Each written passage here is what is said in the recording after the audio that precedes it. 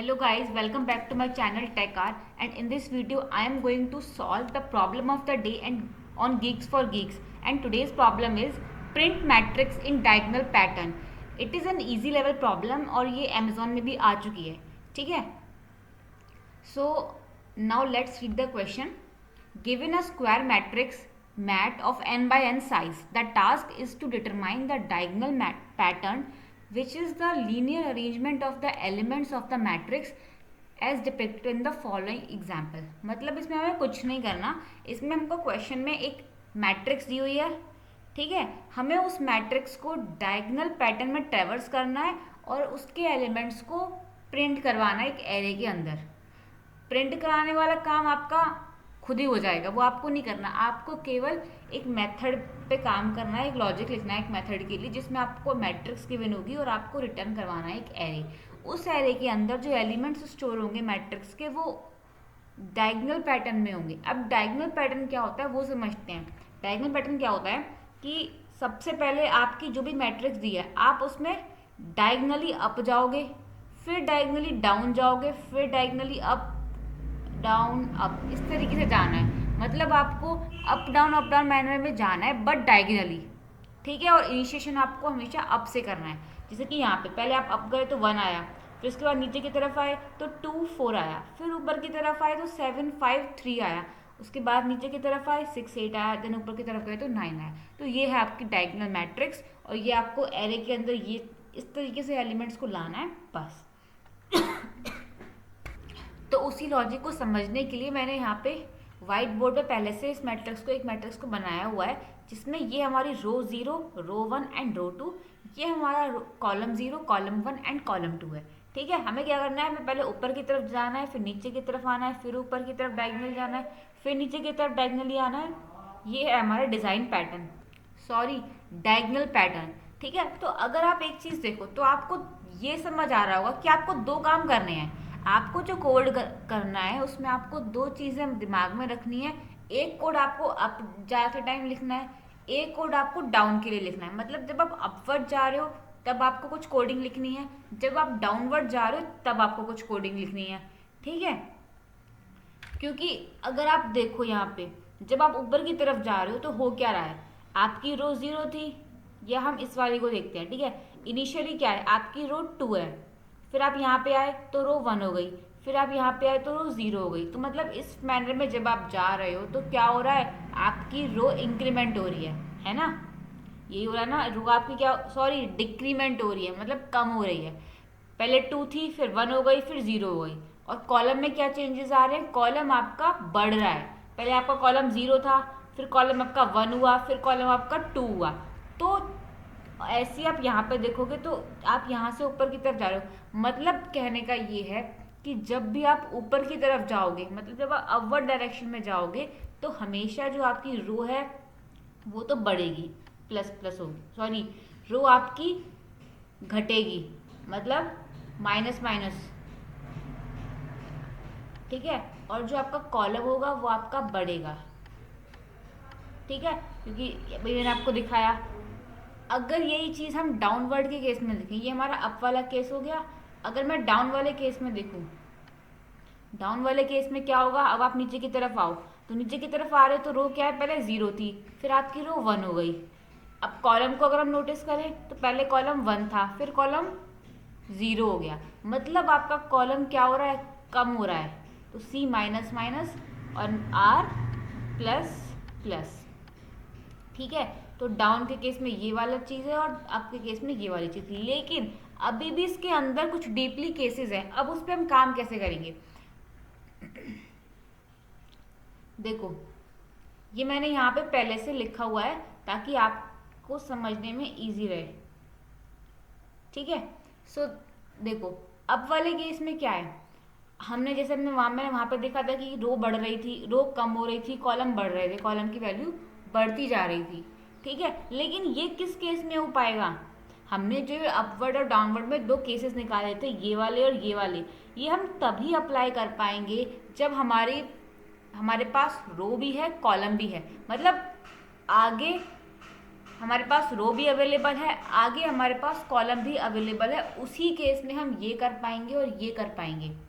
ठीक है, अगर आपके पास या तो रो ना हो आगे या फिर आगे कॉलम ना हो, उसके लिए अलग केसेस बनेंगे। ठीक है, सो यही चीज़ मैंने यहाँ पे कंडीशन भी दे दी कि ये काम आपको तब करना है जब आपके पास r-1 greater than equals to 0 हो। मतलब आगे आपके पास एक रो है available. c+1 less than n का मतलब क्या है, आपके पास आगे एक कॉलम अवेलेबल है, तब आपको ये चीज़ करनी है। आपको रो में भी चेंजेस करने हैं, कॉलम में भी चेंजेस करने हैं, मतलब कॉलम के इंडेक्स में भी चेंजेस करने हैं, रो के इंडेक्स में भी चेंजेस करने हैं। सेम आपका डाउन वाला केस है। अगर आपके पास रो है आगे r+1 लेस देन n का मतलब है आपके पास आगे रो है, तो उसमें आपको क्या करना है, आपको ये चीज़ें करनी है। और देखो c-1 यहाँ पे मैंने मिस्टेक कर दी, यहाँ पे 0 आएगा। अगर c-1 greater than equals to 0 है तो आपको c-, मतलब ये दोनों चीज़ें करनी है। अगर ये दो कंडीशन सेटिस्फाई हो रही हैं तो ठीक है। सपोज अगर इन दोनों में से एक भी कंडीशन गलत हो जाती है, आपके पास कॉलम है रो नहीं है, तब आपको क्या करना है। अब देखो यहाँ पे मैं अब पहले अपवर्ड का केस ले रही हूँ। ठीक है, अगर मैं ऊपर की तरफ जा रही हूँ, ये वाला केस ले लो। अब मैं ऊपर की तरफ जा रही हूँ, इसमें तो क्या है, आपके पास आगे रो तो है, नहीं है, बट कॉलम है। r=0 है, r=0 में जब आप ऊपर की तरफ जाओगे तो रो कम होती है। अब -1 तो कोई रो है नहीं यहाँ पे, तो रो नहीं है आपके पास अवेलेबल, बट कॉलम्स अवेलेबल हैं 1 और 2। ठीक है, तो उस केस में आपको क्या करना है, उस केस में आपको c की वैल्यू, मतलब जो आपकी कॉलम इंडेक्स है, उसको बढ़ा देना है। जब आप ऊपर की तरफ जा रहे हो, आपके पास कॉलम है रो नहीं है, तो आप कॉलम को बढ़ाओगे, तो उससे क्या होगा, आपकी रो तो वही रहेगी लेकिन कॉलम आपका ये वाला आ जाएगा। मतलब इसको प्रिंट करने के बाद वो एलिमेंट अगला इसको ट्रेवर्स करेगा। ठीक है, यही काम हमने यहाँ पे किया है। हमने कंडीशन रखी, अगर c+1 लेस देन n है, मतलब उसके पास कॉलम है रो नहीं है, तो उस केस में आपको केवल कॉलम की इंडेक्स को बढ़ाना है बस। और अगर सेम चीज़ आपकी रो के केस में आ रही है, आपके पास रो है कॉलम नहीं है, तो आप रो को बढ़ा दो। ठीक है, वो वाला केस आपका ये हो जाएगा। ये देखो, जब हम इस वाले को अपवर्ड में ऊपर की तरफ आ रहे थे, तो यहाँ पे आपके पास c=2 हो गया। अब आपके पास आगे कॉलम नहीं है बट रो है, तो आप क्या करोगे, कॉलम सेम रखोगे और रो चेंज कर दोगे, यानी कि यहाँ पे आ जाओगे। तो यहाँ पे क्या हो गया, आपकी कॉलम सेम रही, रो इंक्रीमेंट हो गई। तो यही काम हमने यहाँ पे किया है। ठीक है, जब आपके पास कॉलम है तो कॉलम को इंक्रीमेंट करो, रो है तो रो को इंक्रीमेंट करो। ठीक है, लेकिन ये दोनों केस कब अप्लाई होंगे, आपके ये दोनों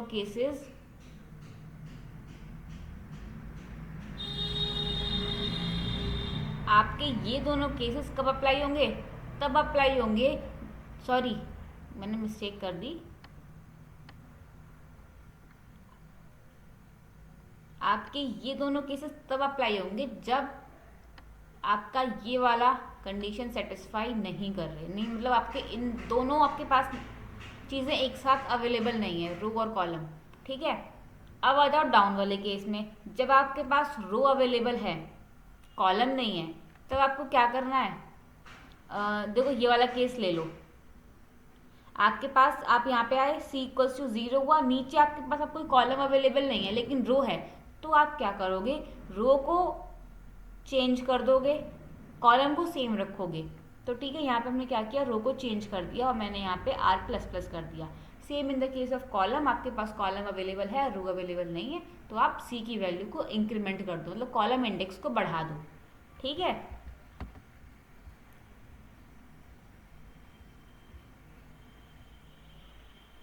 अब चलते हैं अपने डेस्कटॉप की तरफ। इसी चीज़ को कोड करने के लिए एक चीज़ और जो रह गई मुझे आपको बतानी थी कि सोचो, आप खुद सोचो, जब आप ऊपर की तरफ आ रहे हो, एक पॉइंट ऐसा आएगा, मैं अपवर्ड के लिए बता रही हूँ, जब आपके पास रो अवेलेबल नहीं होंगी, या एक पॉइंट ऐसा भी आएगा जब आपके पास कॉलम अवेलेबल नहीं होगा, तो उस टाइम पे आपको क्या करना पड़ेगा, डायरेक्शन चेंज करनी पड़ेगी। ठीक है, आप यहाँ पे ऊपर की तरफ आए, आपके पास रो अवेलेबल नहीं थी, तो आपको क्या करना पड़ेगा, डायरेक्शन को चेंज करना पड़ेगा। आप नीचे की तरफ आ रहे हो, तो यहाँ पे जैसे ही आपने ये वाला काम किया, तो आपको अपनी डायरेक्शन चेंज करनी पड़ेगी, डाउनवर्ड की तरफ करनी पड़ेगी। ऐसे ही जब आपके पास रो है बट कॉलम नहीं हो, यानी कि ये वाला केस, रो है कॉलम नहीं है इसमें आगे कोई, तो उस केस में आपको डायरेक्शन चेंज करनी पड़ेगी। डायरेक्शन चेंज केवल तब होगी या तो आपके पास कॉलम ना हो या तो आपके पास रो ना हो, उसी केस में आपको डायरेक्शन को चेंज करना है। ठीक है, तो मतलब इन दोनों केसेस में आपको डायरेक्शन चेंज करनी पड़ेगी। सेम यहाँ पे ये भी केस सेम ही है, जब आपके पास या तो रो अवेलेबल ना हो या आपके पास कॉलम अवेलेबल ना हो, उस केस में आपको अपनी डायरेक्शन चेंज करनी है। ठीक है, मतलब यहाँ पे आपको डाउन करिए, यहाँ पे आपको डायरेक्शन अपवर्ड करनी पड़ेगी। ठीक है, उसके लिए आप एक और एक्स्ट्रा वेरिएबल ले सकते हो जिसमें आप ये काम करने वाले हो। ठीक है, अब चलते हैं अपने डेस्कटॉप की तरफ। तो इसमें मैंने क्या किया, इनिशियली मैंने r इक्वल्स टू 0 लिया है, मतलब मेरा रो का वैल्यू 0, इनिशियली मेरी कॉलम भी 0 होगी। अब मैंने यहाँ पे जो मैंने आपको बताया था ना, डायरेक्शन मेंटेन करने के लिए हमें कैसे पता चलेगा कि डायरेक्शन ऊपर की तरफ है, डायरेक्शन नीचे की तरफ है, तो उसके लिए मैंने एक इस dir अप, मतलब इस डायरेक्शन अप, ये एक वेरिएबल ले लिया है बूलियन टाइप का। अगर ऊपर की तरफ होगी तो उसको ट्रू रखेंगे, जैसे हमको चेंज करनी है ये वाली डायरेक्शन तो उसको हम फॉल्स कर देंगे। ठीक है, तो अब देखो, हमने ये हमारा वेरिएबल हो गया। उसके बाद मैंने जो हमारा मैट्रिक्स थी उसकी लेंथ निकाली, उसको n में स्टोर कर लिया, और मैंने एक और एरे बना लिया। उस एरे के अंदर, वो एरे कितना बड़ा होगा, जो आपका मैट्रिक्स का साइज है n/n, उसमें एलिमेंट्स होंगे, तो वो आपका एरे का साइज हो गया।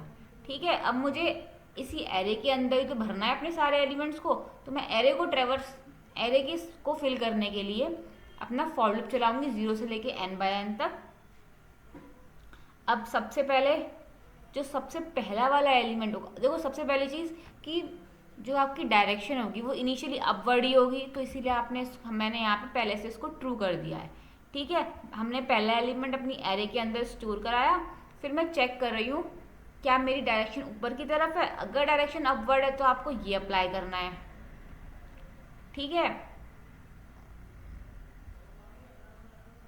अगर आपकी डायरेक्शन, आपकी नहीं, जो आपको ट्रेवर्सिंग करनी है उसकी डायरेक्शन अपवर्ड है, तो आपको इतना कोडिंग वाला पार्ट यहाँ से लेके यहाँ तक का पार्ट करना है। अगर डायरेक्शन अपवर्ड नहीं है तो आपको ये वाला काम करना है, नीचे वाला। ठीक है, अब देखो,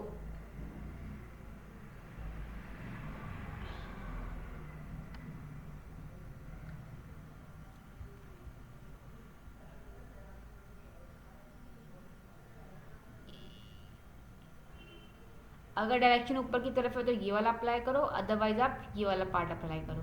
ठीक है, अगर सपोज आपकी डायरेक्शन ऊपर की तरफ है तो वही पहले वाला 2 केस थे, अपवर्ड डाउनवर्ड। उसके बाद उसके अंदर 3 केस मैंने आपको बताए थे जो सेम यहाँ पे लगेंगे। सबसे पहले आप चेक करोगे कि आपके पास कॉलम और रो दोनों अवेलेबल है। अगर ऐसा है तो आप ये वाला पहला वाला केस अप्लाई कर दोगे जो मैंने वहाँ पे पहला केस बताया था। ठीक है, अगर इसमें से कोई एक भी चीज़ नहीं है, रो अवेलेबल नहीं है या फिर कॉलम अवेलेबल नहीं है, तब आप क्या करोगे, मैंने लिखा ना इसको इफ में डाला, फिर मैंने एल्स में डाला कि अगर कॉलम अवेलेबल हो तो कॉलम को इंक्रीमेंट कर दो, अदरवाइज रो को इंक्रीमेंट कर दो। और हर बार दोनों ही केस मैंने आपको बताया था कि या तो अगर आपके पास कॉलम अवेलेबल नहीं है या फिर आपके पास रो अवेलेबल नहीं है, उस केस में आपको डायरेक्शन चेंज करनी है। तो यहाँ पे मैंने आपको फॉल्स किया, इसका मतलब डाउनवर्ड होकर डायरेक्शन, यहाँ पे मैंने ये वाला काम किया है। ठीक है, सेम अगर आप इसमें आओगे डाउन वाले में, ये आपका डाउन वाले जो पार्ट है, मैंने आपको जो सबसे पहला वाला केस बताया था वो ये आ गया। अगर ये केस सेटिस्फाई नहीं होता है तो एल्स वाले पार्ट में जाके इन दोनों कंडीशंस को चेक करो, क्या रो अवेलेबल है या कॉलम अवेलेबल है। उसी के अकॉर्डिंग अपनी रो और कॉलम इंडेक्स को इंक्रीमेंट कर दो। और फिर जब हम नीचे आएंगे तो देखो उसी एरे को रिटर्न करवा देना है। हमारा एरे पूरा फिल हो चुका होगा और वही हमको एट दी एंड रिटर्न कराना है। ठीक है, hope you like my video and don't forget to like, share and subscribe my videos. Thank you.